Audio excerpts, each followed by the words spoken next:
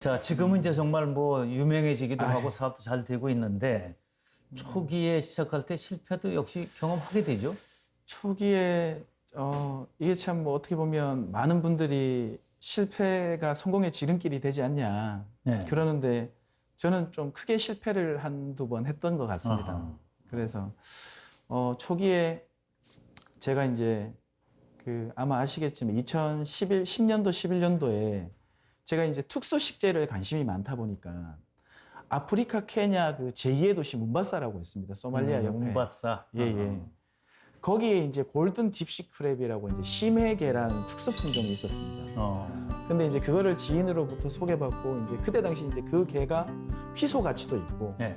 요리용 게로도 쓰임이 있고 음. 또한 러시아에서 크랩을 한 마리 수입하면 10불이라면 여기서는 0.5불에 가져올 수 있었거든요. 게 크기는 얼마나 거예요?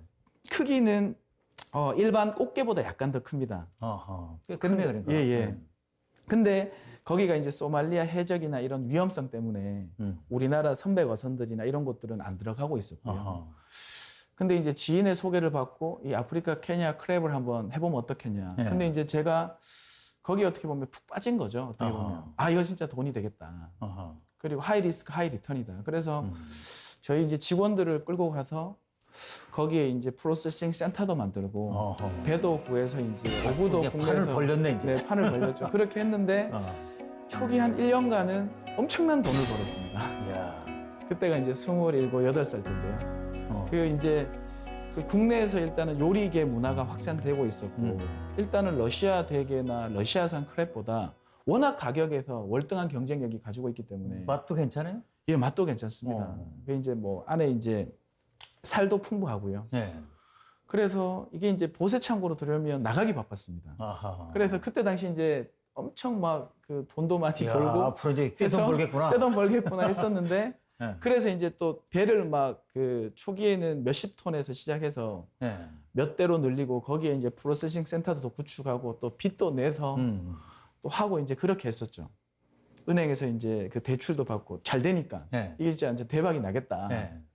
그랬는데 어느 한순간 이제 그 케냐 대사관에서 연락이 왔더라고요. 네. 아침에 그래서 이제 배가 납포됐다.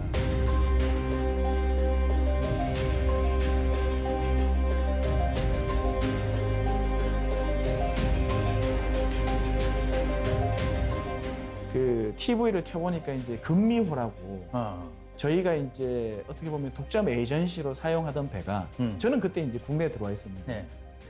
해적들한테 납포가 된 겁니다. 납포가 됐다고. 그때 당시 이제 아. 우리나라 배들이 소말리 해적들한테 한참 납포될 예. 때였거든요. 그때 이제 그쪽이 이제 여러 가지 이제 국제 협정이나 보험이나 이런 것들이 통용되지도 않고 배는 몇 개월 후에 풀려났지만 뭐 배가 관리를 안 해주니까 배가 다 부패되고 또 주요 기관들은 다 뜯어가고 그렇게 하다 보니까 그때 이제 스디슨 첫 아하. 패배를 이제 실패를 맞이했죠. 아이고. 그런 그러니까 경우도 있었고 잘 나가다 그냥 이렇게 해적한테. 네네 그렇게 되니까 이제 또 빚도 생기게 되고 예. 또 그거와 동시에 이제 신품종 이제 저희가 계약 재배를 또 동시에 하면서 자색 당근이라고 자색당. 예 이거를 한 12,000평, 13,000평 정도 모 기업에서 이거를 이제 물량을 받아주겠다고 해서 계약 네. 재배를 했었는데 이게 한 수확까지 한 120일 정도 걸리거든요. 네. 근데 120 이제 처음에 이제 한다고 해서 120일 후에 수확을 해서 이제 납품을 하려고 했더니 그 이제 중견 기업에서 담당자가 바뀌어서 못 받겠다. 아.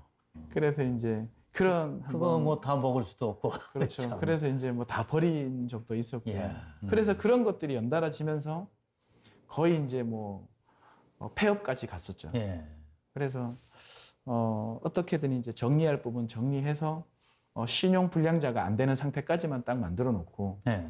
나머지 이제 은행 빚이나 이런 것들은 내가 이제 차차 갚아가겠다. 벌어서 갖겠다. 그때는 너무 힘들었습니다. 이제 뭐 말하듯이 그런 극단적인 생각도 했었고 우리나라를 자, 떠나야겠다 이런 생각을 글쎄, 했어요. 진짜 이렇게 사업을 잘 나가다가 네네. 완전히 바닥으로 다 무너졌을 때 그 심정을 뭐라고 표현해야 되나요? 참, 저는 이제 많은 분들이 젊었을 때 이런 경험도 했고 하기 때문에 이게 밑거름이 됐다 하는데 속으로 그런 생각을 하거든요. 젊었을 때 크게 안 망해봤으면 그런 소리를 하지 마라. 그때는 정말 비참하더라고요. 제 나이도 어렸었고 야, 그냥 이거 진짜 내가 이 꿈인가 현실인가. 이게 어떻게 살 수 있을까?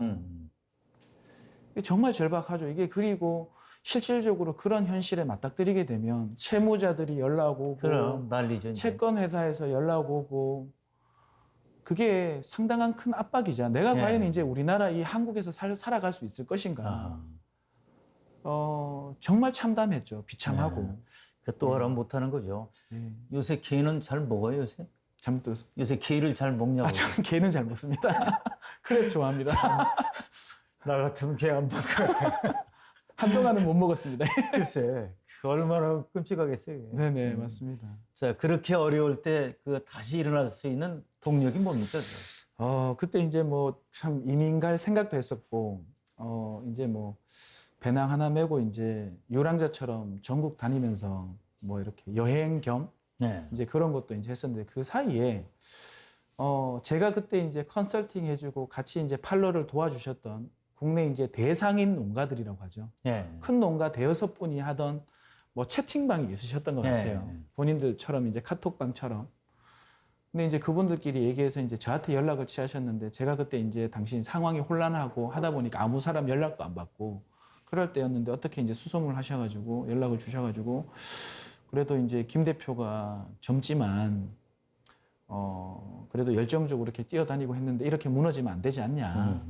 우리가 좀 도와줄 수 있는 부분이 있으면 도와주겠다. 네. 그렇게 얘기하시더라고요. 그래서 저도 뭐 그렇게 얘기해. 저는 지금 뭐 빚도 많고 다시 일어설 생각이 없다. 그리고 네. 더 이상 국내에서 비즈니스 할 생각도 없습니다. 자포자기를 하던 심정인데. 근데 뭐 이제 우리가 김 대표의 이런 여러 가지 생각이나 이런 도움받은 부분들도 있고 우리가 이런 부분들은 도움을 줄 수 있으니까 다시 한번 해보자. 아하.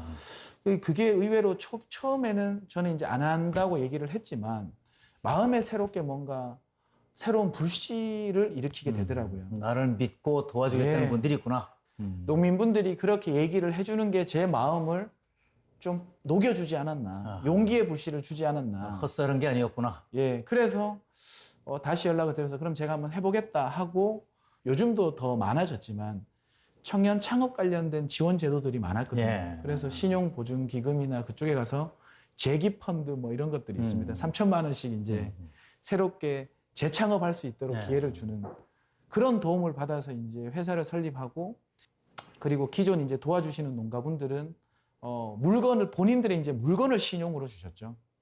물을 키우시는 분들은 물을 이제 네가 저장을 하든 납품하든 팔아봐라. 그리고 귤 하시는 농가도 있었고 그때 당시 이제 마늘 하시는 농가들도 있었고 그래서 한 단기간 6개월 만에 예. 상당히 빨리 회복을 했던 것 같습니다. 예. 그러면서 이제 다시 시작하게 됐습니다. 자, 정말 큰 고생하셨네요, 보니까. 큰 고생하셨고, 다시 이제 재기가 됐는데, 또 지금 이제 그 새로운 스타트업 하는 분들을 위해서 컨설팅도 해주고 계시죠? 네? 그분들한테 주로 뭐라고 얘기를 합니까? 저는 일단은 뭐 그렇게 얘기합니다. 일단 가면 제 이제 이런 특강하거나 이런 거 할 때 주제가 절대 창업하지 마라.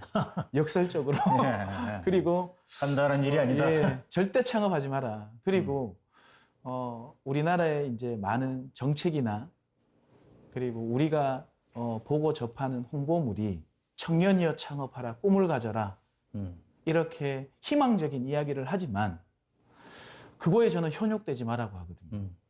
왜냐하면 이게 역설적인 얘기인데 절대 사업이라는 거는 쉽게 해서도 안 되고 정말 체계적인 전략과 재무 계획 그리고 경영 통제 이런 것들이 기반이 돼야지 아이템만 좋고 열정만 있다고 해서 저는 성공할 수는 없다고 봅니다. 맞아요. 그리고 아이템이 아무리 좋고 그런 것들에 만발의 준비를 하더라도 주류 시장에서 소비자들의 선택은 대기업과 경쟁할 수도 있고 또한 내가 있는 산업군의 포지셔닝이 상당히 특화된 부분도 있을 수 있는데 그런 것들을 캐치하지 못하면 뭐 지원 자금을 1,000만 원을 받던 3천만 원을 받던 1억을 받더라도 사업은 절대 실패하면 안 된다.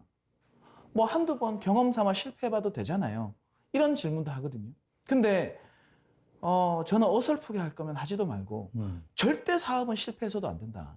실패하면 그거에 대한 타격이 너무나 클 수도 있고 다시 못 일어설 수도 있다. 재기 못하는 사람들도 많으니까. 많습니다. 예. 그래서 절박한 마음으로 예. 그만큼 150%, 160% 준비하고 전략을 짜고 해야만 성공의 가능성이 조금이라도 높아진다. 절박해야 된다. 예. 그래서 저는 가장 필요한 거는 절박함이지 않겠나. 예. 그렇게 생각합니다.